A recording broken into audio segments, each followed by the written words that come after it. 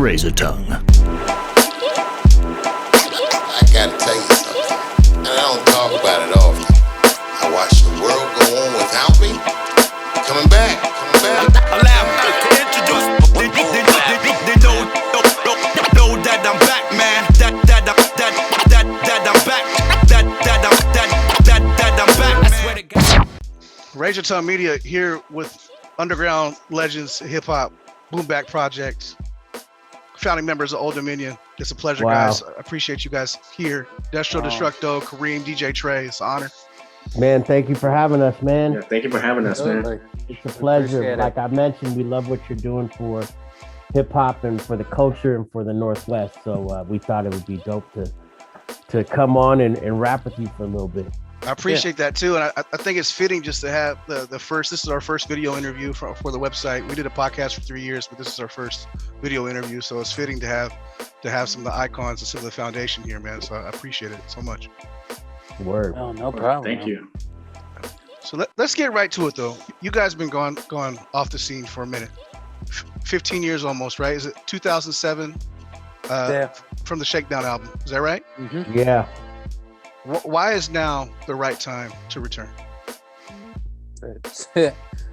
It just kind of fell together, man. I think because it just really did. Like Kareem moved back and we reconnected and we're like, hey, this brothers, you know what I'm saying? This is all family. And I think it came together without being forced. I hate using organically, but yeah, it all just came together, and I think that's why now is the right time. Definitely. So let's rewind a little bit and talk about your rise to underground legend status. You start. I just found out Kareem is from the Bay, but you guys started in Seattle together. Is that right? Yeah. I mean, I moved from the Bay to go to school in Eugene at University of Oregon, and I started doing radio there. Mm-hmm. And then I started doing big shows.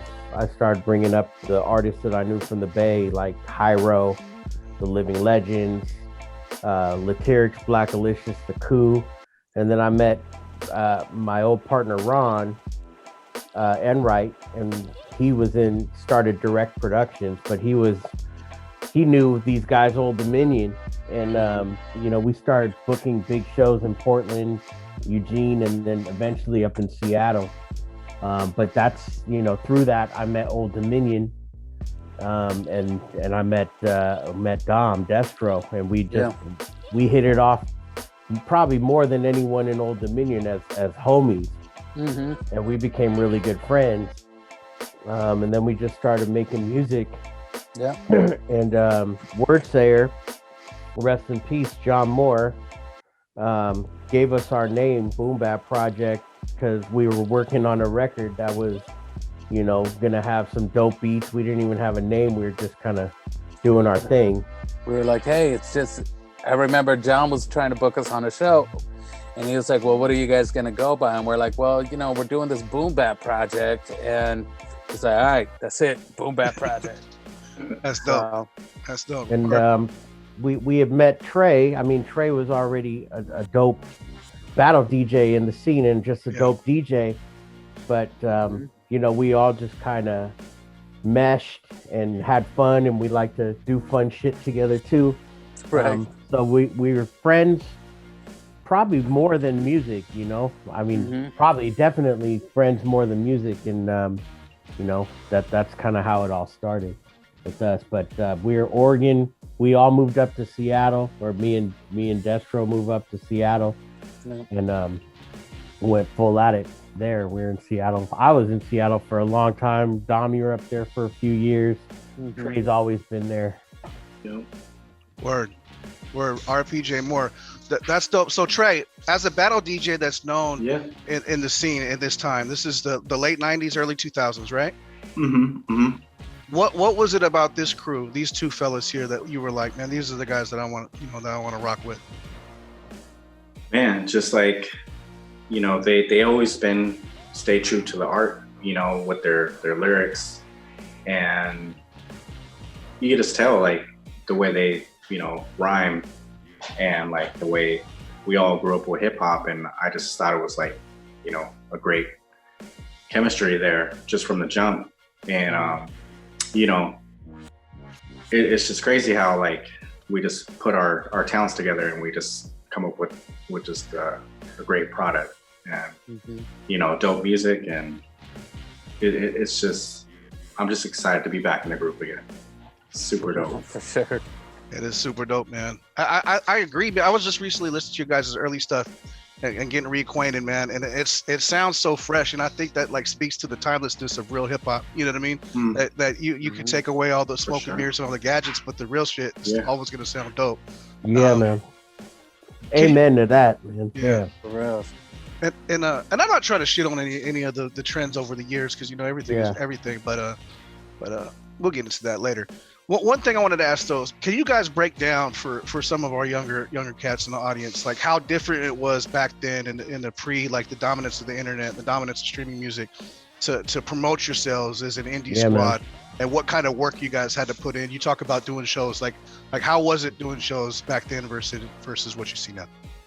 Well, first off, when we came out, there wasn't really online, social media, and we would have to go out and print flyers. We would have to book our own venues. A lot of the structure or infrastructure that you see with hip hop wasn't even there. So, we're opening up for everybody, but we also had to book the big artists to even get on the shows. And so it was kind of like the Wild West at that. And we ended up, booking ourselves to Spokane, Vancouver, Victoria, Eugene, Portland. We ended up having to kind of do that, but it was all word of mouth, and you end up rocking enough shows, you end up meeting everybody and making your stamp in the scene. But we put on a lot of miles, especially we call ourselves the I-5 Assassins, because we are up and down that I-5 all the time. Like I can't tell you how many times I've driven between Portland and Seattle. I mean, literally hundreds, if not thousands, maybe of times, back and forth. In our studio, there has always kind of been in Portland. We recorded a lot at Vitamins in Seattle at the pharmacy, but, we record down here. So early on, it was about traveling and getting yourself known. Word of mouth. We would go put up our own posters. We would do everything ourselves. We would hit all the radio shows, and we had a little leg up because I was doing radio in Seattle and radio in Eugene, and we had those contacts, and that's kind of what we had to do. But at the same time, we're building with other crews. The Lifesavers are our brothers. Silent Lambs, Source of Labor, Cool Nuts is my brother. We all kind of came up in this journey at the same time, and we all blazed that kind of trail, as a unit almost. And we, it felt like history at the time. For sure. Yeah, I think it was definitely, there was no real blueprint for the Northwest. You could look and see what happened in other regions, but it wasn't necessarily going to be the same that it is here. I mean, you have different demographics. They weren't booking those kind of shows. Like Kareem said, we would have to book our own, and it isn't just booking it, but me and Kareem would sit out and go to every single club to promote the show that was coming up. Every single night, we'd be out till 2, 3 in the morning, handing out flyers, word of mouth, going out and just putting posters up for hours on end and just staying on that grind. And I think it was that, and for us was the importance of rocking a good live show was always huge for us. That was something that was big, even like growing up here in Portland, like the groups like the Lifesavers, was you wanted to make sure like you have to imprint, like you are kind of, hip hop is still foreign to the Northwest in a lot of ways, to the larger Northwest. So we really had to do our job and do it well. And I think it was just that dedication of being like, to rock like you can't rap over your own tracks. You can't cuff the mic. You can't not have breath control or have homies that rap the entire song with you. Yeah, there's an art to it, right? So it's like we cut our teeth like in small venues where there was no people there. You know what I'm saying? We cut our teeth doing like freestyle battles here and there, or an open mic that we could get on here and there. Like, I learned from Versatile and those guys here in Portland, and just watching them and just going and honing my craft. And same with all of us. We would just, there's art to this. There's hard work, and you know, you train, you get that muscle memory. And for us, it paid dividends, because doing tours and things like that, we were always able to be like always able to perform at a higher level than I think people expected. Yeah. And perform at a level where the people that we looked up to, that we got to do shows with, respected as well. Word. That's filthy. And I think like that's one thing that people always take for granted, is that artistry of knowing how to rock a crowd. You could be super dope in the studio, man, and you could have the illest pen there is, but if you're not a dope live performer, and if you can't rock a show, it's going to be hard for you to really get out there. Cool. So you guys are making moves. You guys are making albums. You guys drop Circumstance Details. Circumstance Dictates, the debut group album. How is it that you guys start making enough noise to hook up with Rhymesayers? Well, so we got booked for South by Southwest in 2000. And right after that, we went on our first tour with Zion I, the Micronauts, and Foreign Legion, which was like a really big deal for us. But right around that time, we went out to South by Southwest, and we performed a bunch of showcases there. It was wide. It was minuscule as it is, compared to what it is now. Mm-hmm. But we went out there, and Atmosphere was there, Idea and Abilities were there, all undiscovered, I wouldn't say undiscovered, but all almost at the same point in the journey as we were. Yeah. But they, were definitely building a lot of momentum, and we got to know them over the years. And as Circumstance Dictates grew and we were able to tour, we were able to follow that up with more touring and more shows and more notoriety. And then when the second album, Reprogram, was being recorded,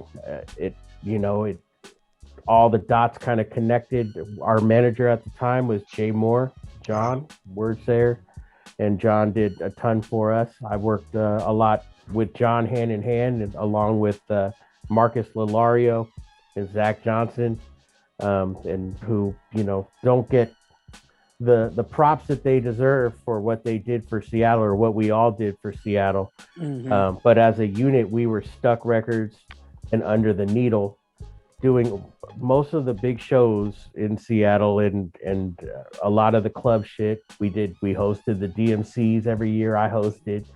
We were on the radio. I was on Street Sounds, and that's kind of the unit that we had, and it made sense for us at the time to take it to the next level. And Rhymesayers was the group that, or the label that believed in us, and it just made sense. And at the same time, our brothers from our crew, Gray Skull, Henri and JFK, were completing their record, and it made sense for both of our groups to go over to Rhymesayers and try to take it national. And we were making a lot of noise in the Northwest. We've been touring, done our own tours, and it was just that time. Yeah, I think a lot of it was just through all of our travels and everything. Like Kareem said, we kept crossing paths with, whether it was Slug or, all these other people that were kind of in that same circle of indie artists, or the multiple circles at the time. And even though we were coming from the Northwest, our paths came crossing. So we built relationships, Yeah. And they were able to see us firsthand. And when you get people, believing in what you're doing, it helps, that's really, I think that was probably number one, is just, there was a point where it felt like, like the people that were behind us and everything was so strong that it was like the momentum was just kept going, which was dope. we had done so many shows with their artists. You know, we Yeah. were already friends with everybody. Yeah. Brother Ali was already our brother, you know, and we toured and did a lot with the Micronauts, with Shaka, Yeah. you know, I Self Divine, and that was like family to us. So it was an easy move as far as, you know, with people that we knew and loved, and that we knew were going to do the right thing with, you know, the music. Mhm. Oh, I get it. So at some point in the middle of all this, you guys are making your moves, you guys are expanding, and you're building everything up. You got to deal with Rhyme Sayers that comes to fruition. But in the middle of this, at some point, DJ Trey, you separate from the group. Is that right? Yeah. Yep. Okay. Can we talk about that real quick to what led up to that? Yeah. Just I think during that time, I was working like a full-time position, like 40 hours. So those guys were doing a lot of touring at that time, and I really couldn't really take that much time off at Sure. that time. So It came to be the time when you know, I was doing this full time. Yeah. Music.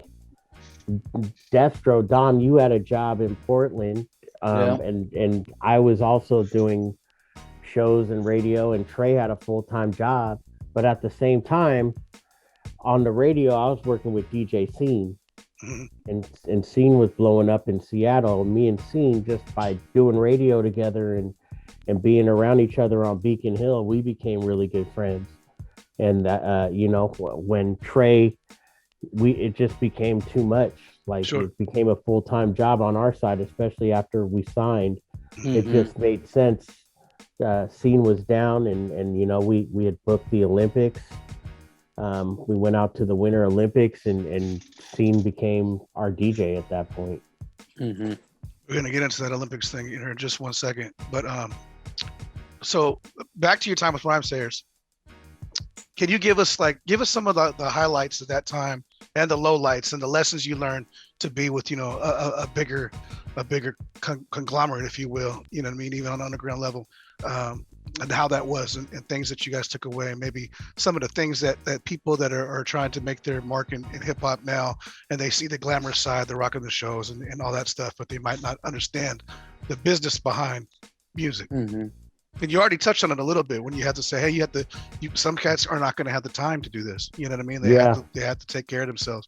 Yeah. So, but what else could you guys tell to our audience? I mean, I think the highlights, of course, is you got this well-oiled machine that's helping put stuff out, right? And I think what happens is when you have that, and this kind of becomes a low light at a certain point, you can easily get comfortable with everything just kind of running smoothly and not probably being on top of your own P's and Q's to stay on top of it. Like, probably, you know, it's really easy to be like, I'm an artist now. I think for me, I was also the understanding that being on a label doesn't mean anything. There's always going to be a pecking order. They have, you know, you got to look at there's other people. You're not just competing with people other places. You're competing with attention with people that are on the same label with you. And that's kind of like a learning thing, because people think like, oh, I'm on this label now. And then you kind of got to realize there's you have to be able to, you have to be humble, but you also have to be able to like speak up for yourself, and know your own self-worth. And those are lessons that, like, especially looking back, you go like, all right, I could have done this a little better, that a little better. Being with Rhyme Sayers was incredible, and every night your show's gonna be packed. Mm-hmm. And you're gonna sell all your merch, and you've got fans that are instantly fans of you that might have been fans of other things. The exposure that you get, everything was ridiculous times 10. And that, you know, that was the best part of it. And there were other not so great part of it, that there's a lot of it's demanding.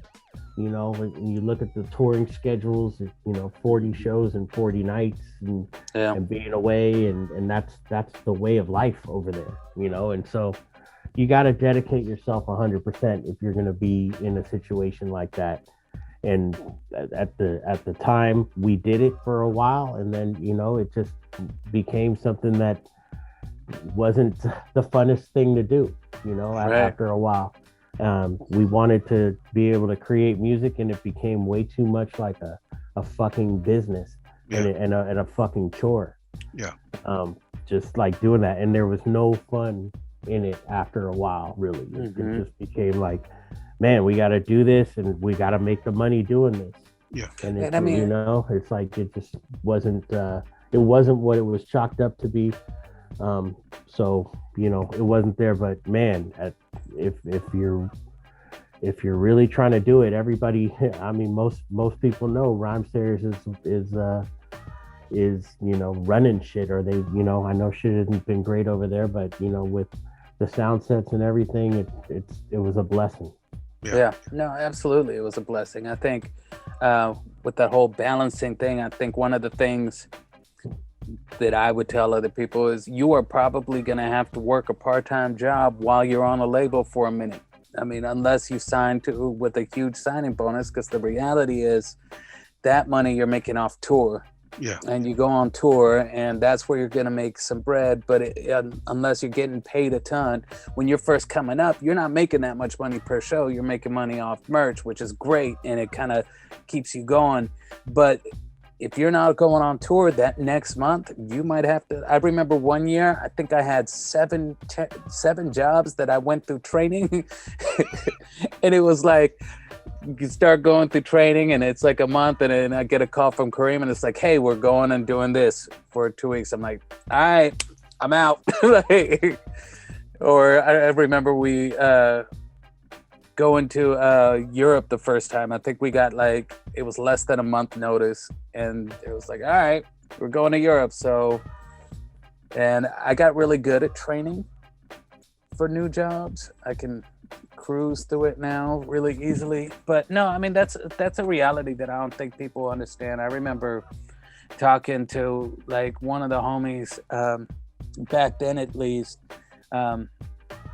who I knew even from beforehand, just pretty well known, like when we went on tour with Zion I, but ran into Zion I later on, and it, like, there's the reality that it's a full-time job, and sometimes you are gonna have to supplement your income, and that means, I mean, people do it different ways, but that is reality. It's not like I'm signed, I'm paid, everything's good. Yeah. So and you got to think also about the future. You know what I mean? Like, you might be good now and doing all right now, but I mean, what are you going to be doing in 20 years, 25 years? There's no retirement. There's no 401k for rappers. No health plan. You know what I mean? nope. And definitely, you talk about health. You're eating like shit on the road every day. Your relationships at home with your woman are not going to be healthy. Nope. If you have kids, it sucks because you're away from. I mean, it's just, you know. And we are at that age, coming into your 30s, when it's just like, damn, man, it's not that great. Yeah. You guys mentioned Cool Nuts earlier, man. A shout out to Cool Nuts. One of the lessons he taught me when I was pretty young is that you had to be willing to sacrifice everything. And that's kind of a cliche, but it really is. Like, people don't think about, you know, your job, you know what I mean? Money. You're going to be crashing on couches. Your relationships are going to suck. If you got kids, you're not going to be the best dad that you could possibly be, because you're going to be gone all the time. And I think a lot of people don't realize that those aspects, that the non-romanticized aspects of being an artist. Yeah, man. That's a good way to put it. Yeah, absolutely. Okay, so shows with some of the biggest names in hip hop history. Main stage bumper shoot right here in your own neck of the woods. You mentioned the Winter Olympics earlier. Big Winter Olympics soiree. Is that 2002? Is that right? Yeah, so. Salt Lake City. I think so. Salt Lake City. That's huge. 2002? I don't remember. I don't know how many cats from the Northwest can say they rocked the Olympics, but that's super, super dope.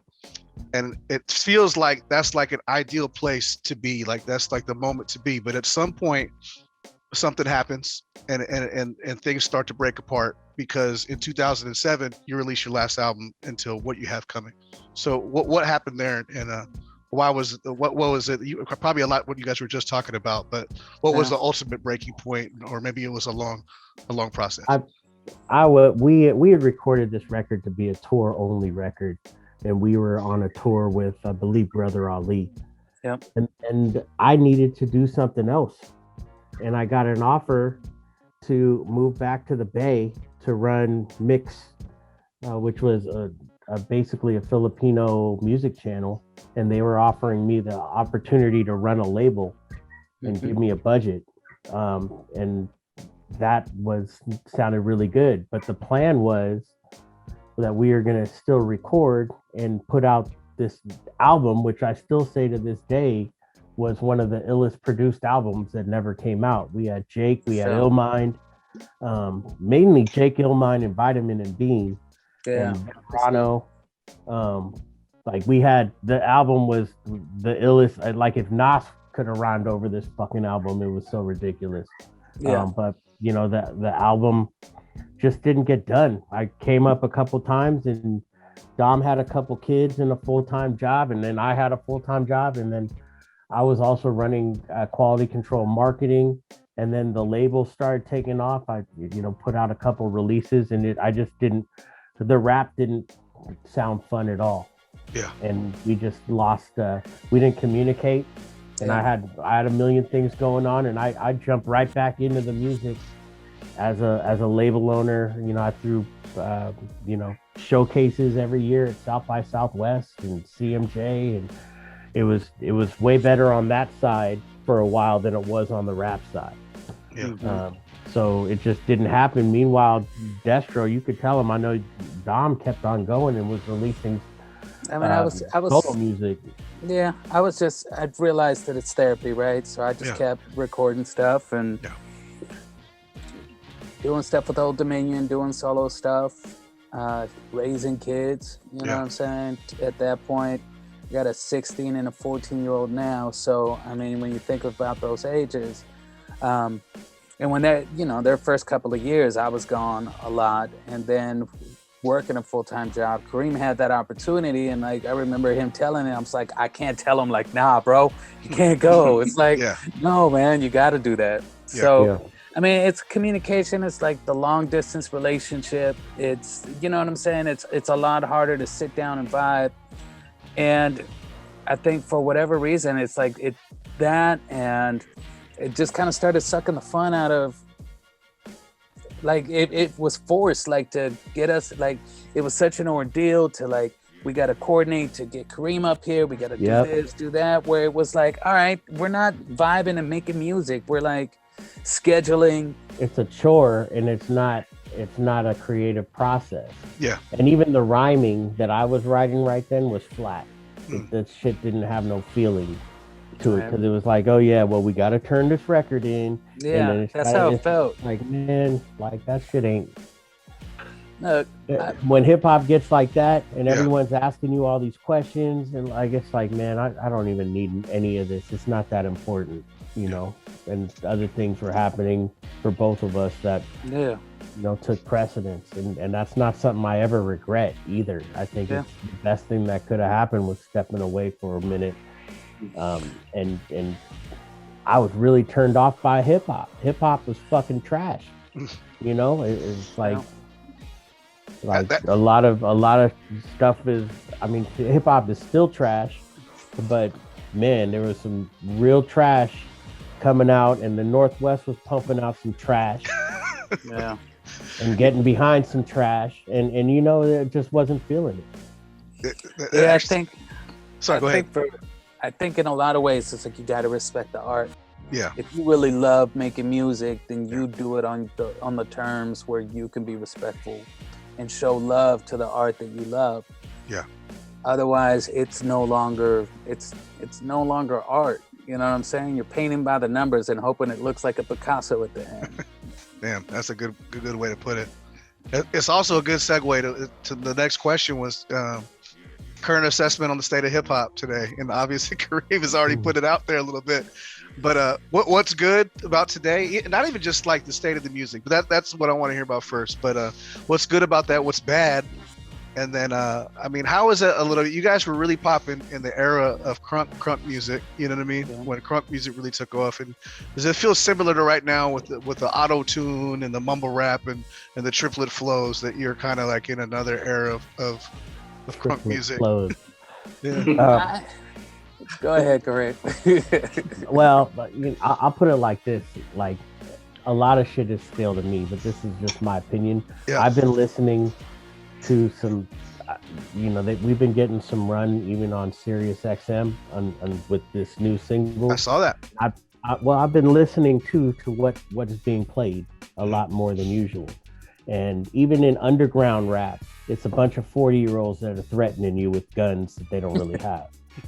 When you got 4 kids at the house, and it's just the whole thing, that on top of all the lils that are doing Zans and dying and putting tattoos on the face and all that. Yeah, it's just I just don't have any interest in that. Yeah. And I think the easiest thing for us is, I kind of ignore it, but I still love listening to some Conway, West Side Gun, Planet Asia, some of the dope shit.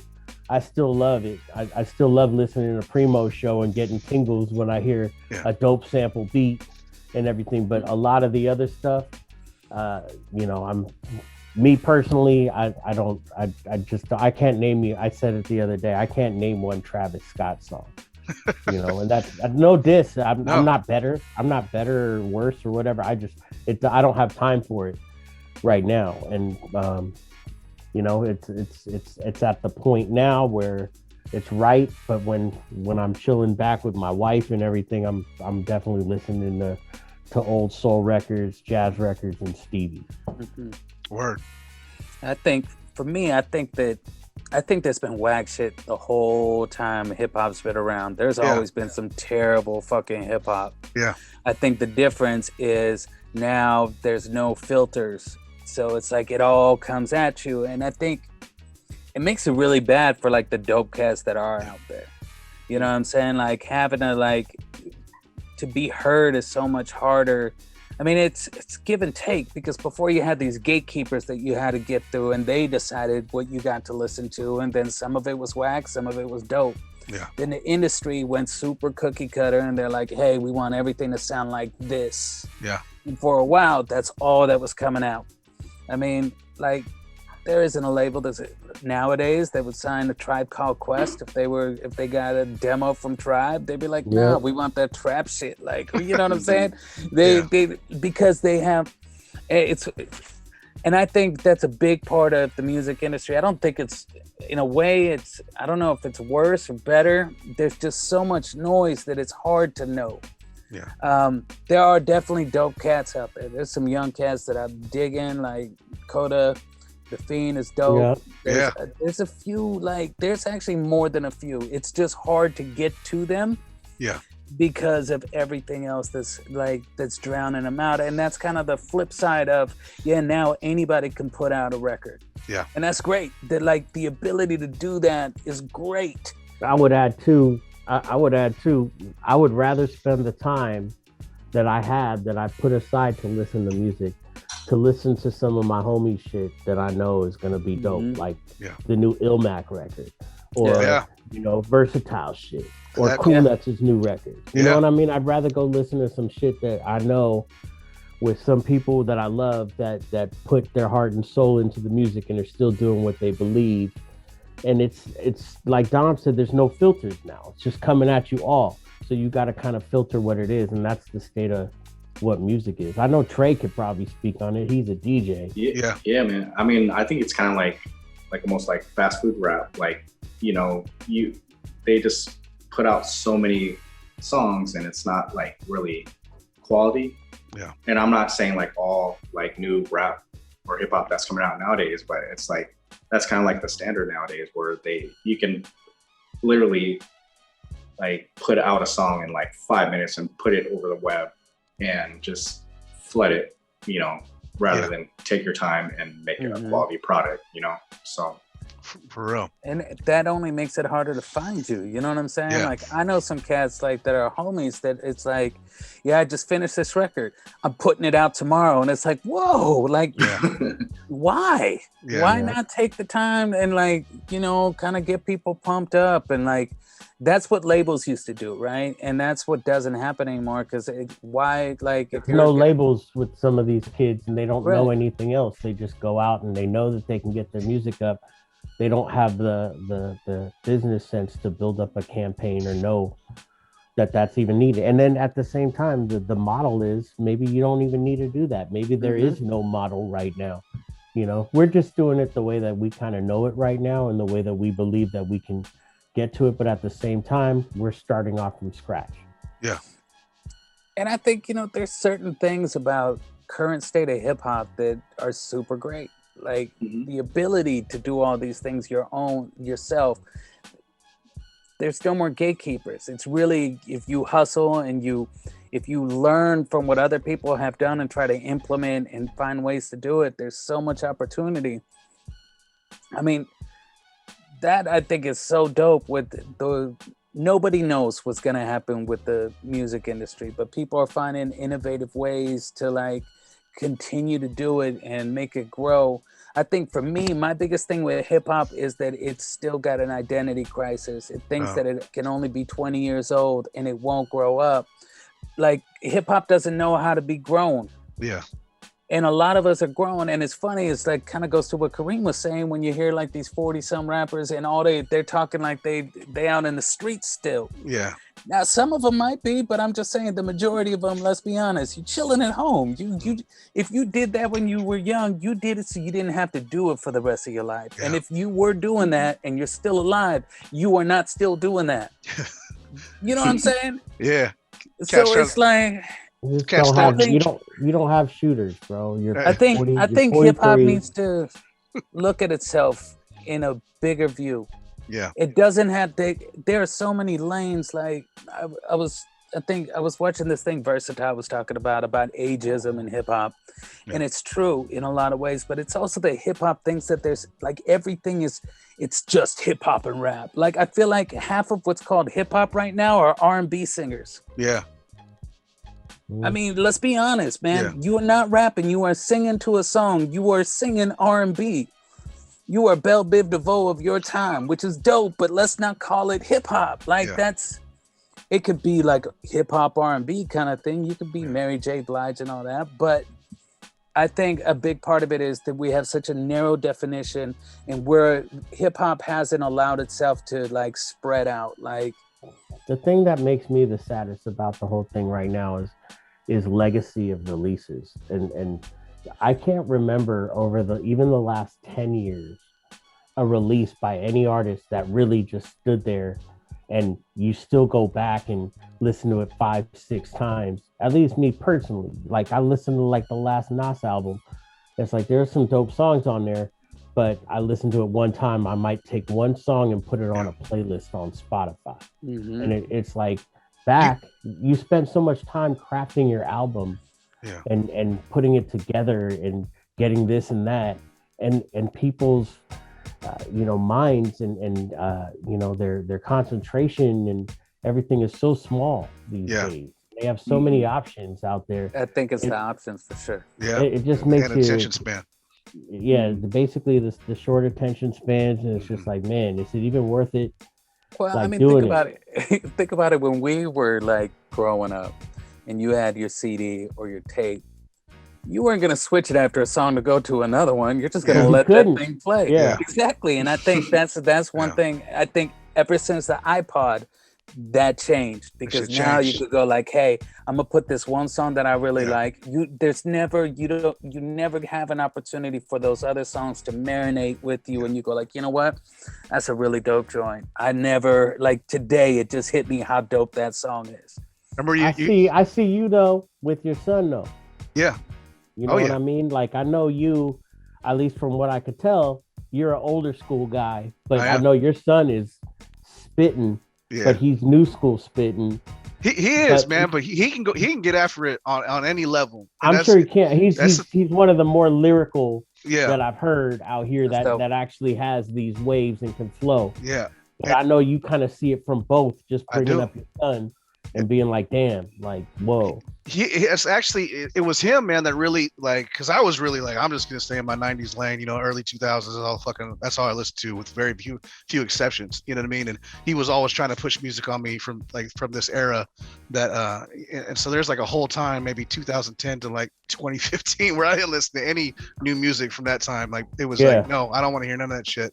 And then but he finally convinced me, and that's when I was like, wait a minute, there's a lot of dope shit now. It's just hard to see because you got all this stuff on TV and on the radio that I don't like, so I assume that everything is like that. But it's really because of him that I really started opening up and started. That's how Raise Your Tongue Media started, man. It started as a podcast to push Northwest shit in the early 2000 aughts or 2000 teens, excuse me, and then graduated into just like we just want to find the dope traditional authentic hip hop that's out there right now and shit that from today that we could play next to stuff from the golden era and it'll run right together. You know what I mean? And I feel like there's a lot of stuff that exists out there that's like that, and we just gotta. You guys mentioned that Code of the Fiend album, Code of the Friend. With Static album, that's one of our favorite albums of this year, man. Yep. Super Yeah, dope. that's a good dope album, man. There's people that are still doing it. You asked earlier, like Static, Mm-hmm. and like, man, I was just listening to Marlon Craft. Yeah. There are some dudes out there that are fucking incredible, creating some shit. But at the same time, do you have time to focus on them and then the other, million? It's just hard. You got to really work. Well, what sucks, I feel like a lot of those cats aren't even getting the shine they deserve because of 100% of that. It's like a fire hose. It's like, it sucks for that. Like that's why when people say like, "Hey, do you think hip hop sucks nowadays?" I don't. I think that it's growing. I think that there's a lot of different stuff. I think that there are multiple lanes, and as soon as hip hop can accept that there's multiple lanes and call them what they are and not say they all have to be this one thing. I mean, like rock and roll, you have soft rock, you have alternative rock, you have indie rock, you have like 50 different types of rock. Yeah. They are not all categorized under just rock. Yeah. You know what I'm saying? Like, and because of that, people have their own lanes, and you don't get the comparisons of like, why don't the Beatles sound like Nirvana? They're all rock, but but you get that with hip hop, and I think, and then you get the young guy versus old guy thing, and old heads don't get what we saying. We just vibing. This is us. Like, stay out of our. And it's like, no, have your lane. Yeah. Just know that there's more than one lane. Yeah. And I could drive right past you. Yeah. And it shouldn't matter that I don't like your music. Yeah. Right? Because you don't. Am I really? You know what I'm saying? I'm not your demographic, bro. Yeah. Like, I don't need to like, I can respect you and your hustle and not listen to a single song you ever did. Yeah, absolutely. And be all right with it. You know what I'm saying? You mentioned Travis Scott earlier, man, and I don't listen to his shit either, but that concert he did on Fortnite, that shit was bananas. I never seen nothing like that. He did a concert in Fortnite. I heard about it. It was dope. I watched it. I was like, man, I need some shrooms. This shit is cool. But let's take a second to get to some fun questions, man. We'll break for a second, and we'll start with DJ Trey. Trey, you've been DJing for a long time, man. You crash on you're on a plane without Kareem and Destro, and you crash on an island that has nothing but a functioning nightclub, and there's people there, but all their vinyl in that club is broken in the crash, except for 3 records. And to get off that island, you got to rock the crowd for 3 songs straight. So which records do you want there? Oh man, well, that's a good question. Oh man, how much time we got on the Zoom? Hey, they just told me they took the cap off for this call. I don't know why. I guess it's because it's my first one, but they took the cap off. So.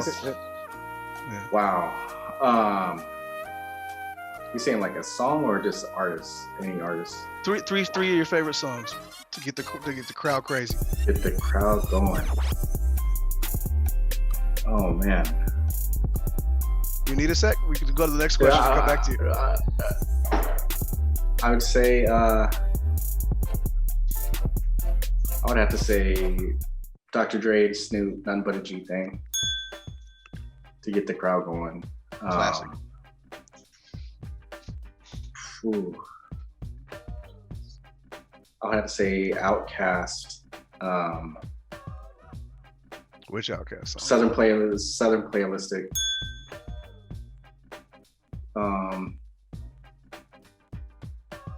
But I'd have to say Far Side, Pass Me By.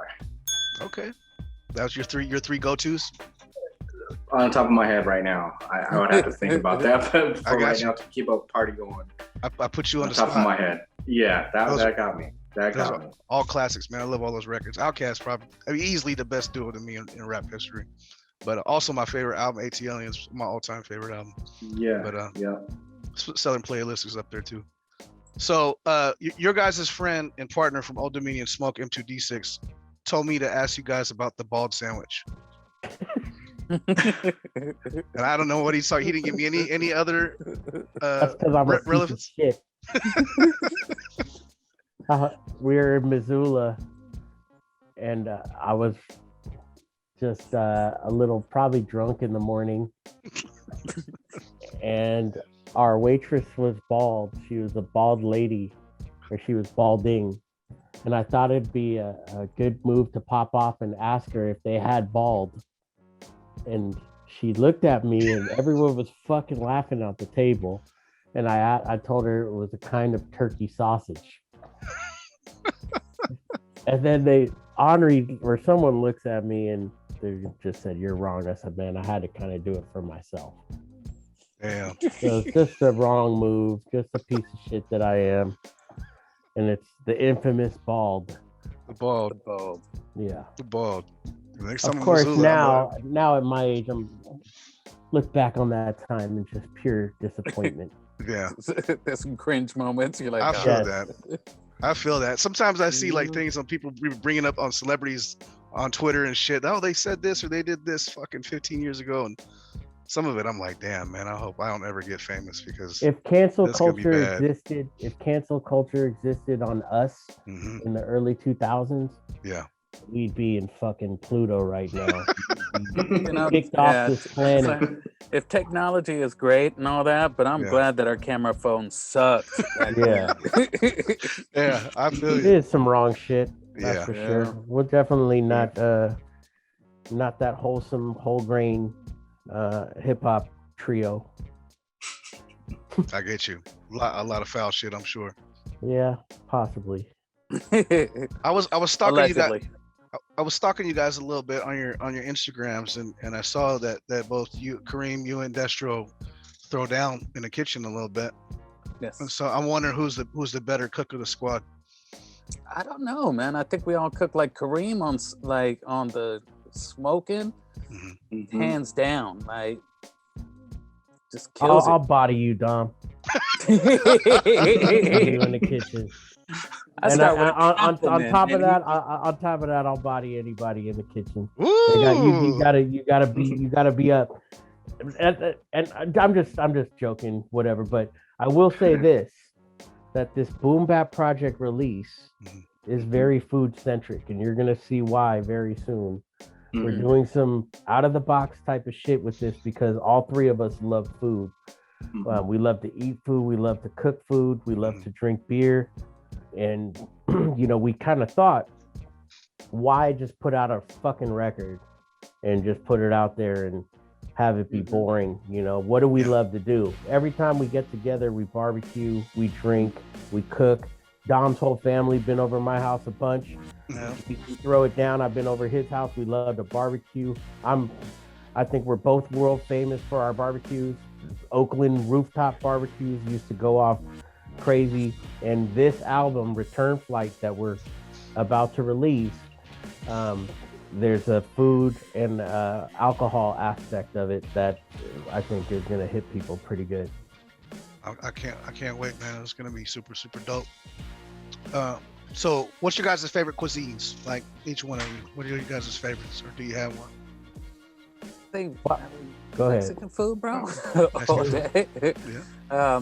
And barbecue. I mean, Are you a sauce or rub guy or either or? I'm more of a rub Yeah, me too, man. rub over the sauce because you can always add the sauce later. If Yeah. you really want Yeah. to dip it. You know, I lived in Austin for 2 years before I moved back to Portland. Mhm. And I learned some techniques there, and I really got deep into the curing, brining, smoking. Mm. Like I make bacon, pastrami, all kinds of shit. And I definitely think grilling as a whole is where it's at. Grilling, smoking, cooking outdoors and meat. Yes. I feel that. Yeah, I don't have to say barbecue. Barbecue for you as well? Yeah, barbecue, Filipino food, Mm. Mexican food. Oh man, I love it all. If it's good food, I love it. Yeah. There's a good All Filipino across the joint. board. Yeah. There's a really great Filipino joint right here in Lakewood, just up the street, man. And you guys ever come, we'll have to go out and get some food there. That shit's- Okay. that Sounds shit's good. Yeah. So that segues back into some serious questions, man. We're talking about different cultures. You guys are a multicultural trio that's been around for a long time. With the recent attacks at Asians across the country, and the elephant in the room being that these ain't all white people that's attacking these Asians, Right. and that we're talking about a long history of distrust and amongst two different cultures, or sometimes several different cultures when you're talking about Asians and African Americans, and these are all terrible attacks, of course, but there's also some underlying roots, you know what I mean, of racism by Asians, and especially older Asians against blacks for a long time. What role do you think music and hip hop especially can serve in the era like this, and getting past hashtags and shit like that on social media and actually doing some real work? What role do you think hip hop has in bringing communities together and talking about issues that might be uncomfortable? Word up to my brother Lyrics Born in Cutso just did a joint that addressed it, and there's been people that have been fighting for a long time, like my brother Bamboo, my brother Geo, Prometheus, people that bring communities together by their message and their music and just being genuine in their love for community. And right now their voices are going to be rising and be very important right now to listen to. But you mentioned it's the worst right now. It's terrible, and I hate. Mostly, it's ignorant people that probably shouldn't even be part of this conversation. But unfortunately, it's brought up a good opportunity to talk about it and to get communities involved. But community leaders, it's very important that they speak out, and they're starting to. And I think that's really dope. And hip hop, especially, like I said, the Lyrics Born in Cutso song that just came out. LB is a leader in the Asian community, and by him doing it, I know there's going to be a lot more, but bring the awareness through the whole I'm half Filipino, Trey's Filipino. You mentioned multicultural as far as boom bap. We've never really harked on that or whatever. It's never been like our big thing, but we're damn proud to be Filipino. I'll tell you that. Sure. I just think now is the time to embrace your culture and do everything you can to spread it. It might not be, what I built my music on, per se, but like, best believe that, I'm gonna do what I can, and this shit pisses me off. Yeah, 100. I think a lot of this stuff that we've been seeing definitely has deep roots. You know what I'm saying? With like the distrust between Latinos and African Americans. I think for the longest time there's this. It's white and black, and it's like it gets so focused on that we forget that there's other issues that we need to work out and like fix. You know what I'm saying? I think hip hop. One thing that hip hop does is it does bring people from all kinds of cultures together and to have that common ground. And hip hop is also not scared to check you. Yeah. When you're out of pocket. Yeah. And I think that's important. I think us as communities checking those who are doing this, who are not really standing up for what we believe in and are are continuing to perpetrate like that type of violence, it's our job to stand up to it. You know what I'm saying? Within our own communities, you can't be scared. You have to be able to speak up. And I think hip hop empowers a lot of people to be comfortable, you know what I'm saying, around people of other races, to be able to say like, hey, you know, like, yeah, I might not be Asian, but I feel like I would have stepped in. Yeah. And it, you know what I'm saying? Like, especially like the lady that they showed, and like, I San couldn't Francisco. believe that nobody, they just kind of sat there. And that the one in kind New of, York, that yeah. lack of, The one in New York. Yeah. like that lack of empathy is just mind boggling. And I think that's a huge thing. Yeah. Huge thing. It's just I think part of it is this is the after effects of the last 4 years where everything got super hyper crazy and rose to the surface. We're gonna be dealing with some aftershocks, and it's our job to deal with them. This isn't just the beginning of it, man. There's No. gonna be more and more and more, because you know, the ex-president did everything he could to divide the country. Yeah. And now finally things are up here, and there's visuals on everything, and there's outlets, and you know, we're here in Portland. The protests brought people together. Let's just hope that it, you know, continues, but it's not going to happen overnight.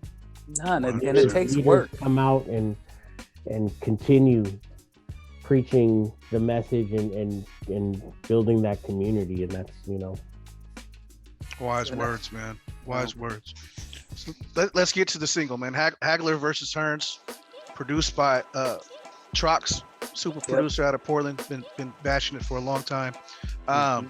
It's a super dope track, man. It is, and I say this, man, like we throw a lot of love out at Razor. As a matter of fact, that's all we throw out is love on Razor Tone Media. If we don't like something, we just won't write on it. But this is actually like literally like the type of track that when we created this website, man, we're like, this is the type of shit we want to highlight. Like, there's cats out here still making real hip hop, and but one thing, like, why is that title? What's that title's significance to that track? Wildest fight in boxing history. Yeah. In our opinion, was Hagler versus Hearns, and that was the type of energy I thought.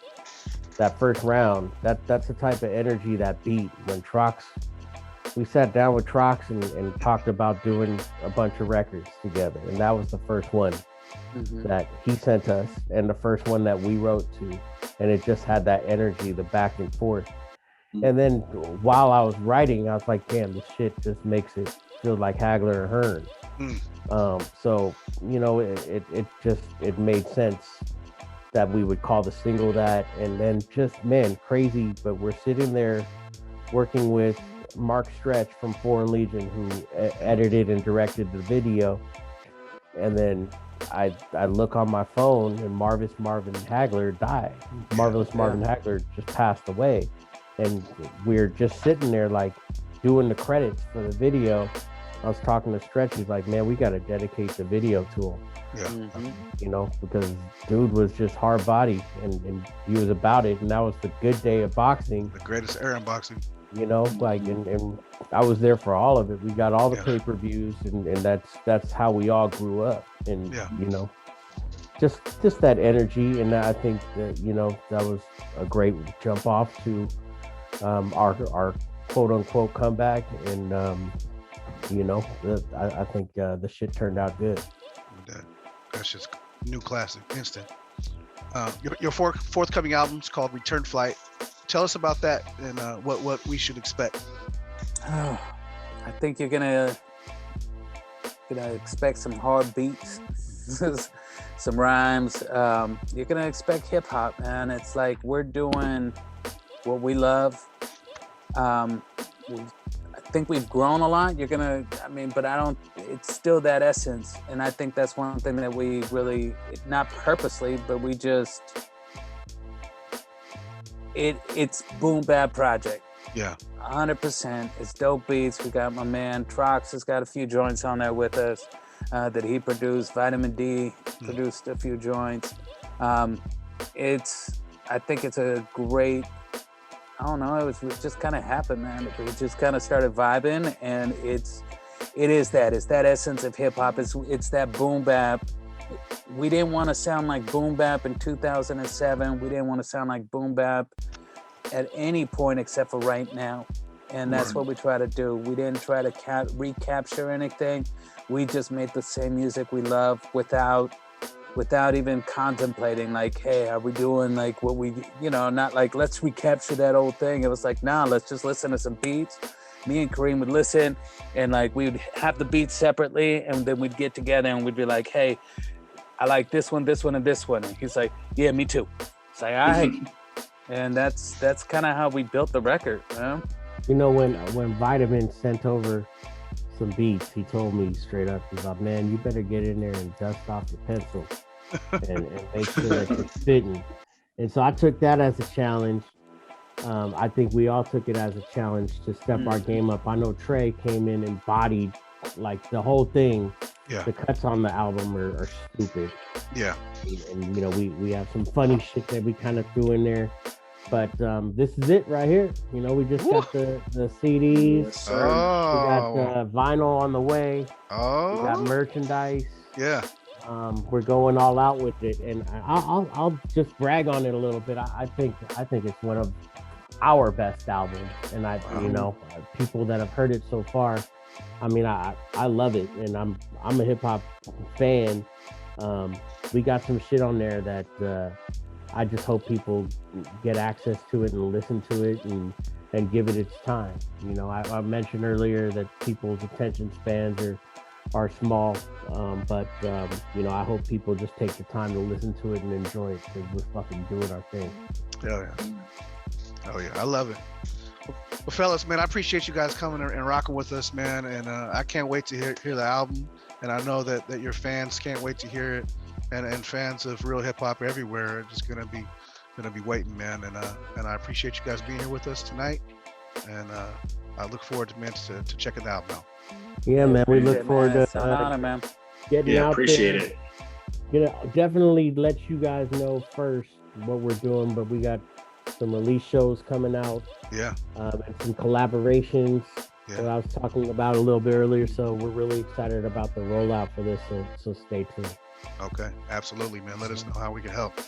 Word up. Thank All you. right. Sure. No problem. You guys have a good night, man. Thank you so much. Sir. No problem. I'll talk to you all soon. All right, y'all. All right, man. Peace. Peace. Peace.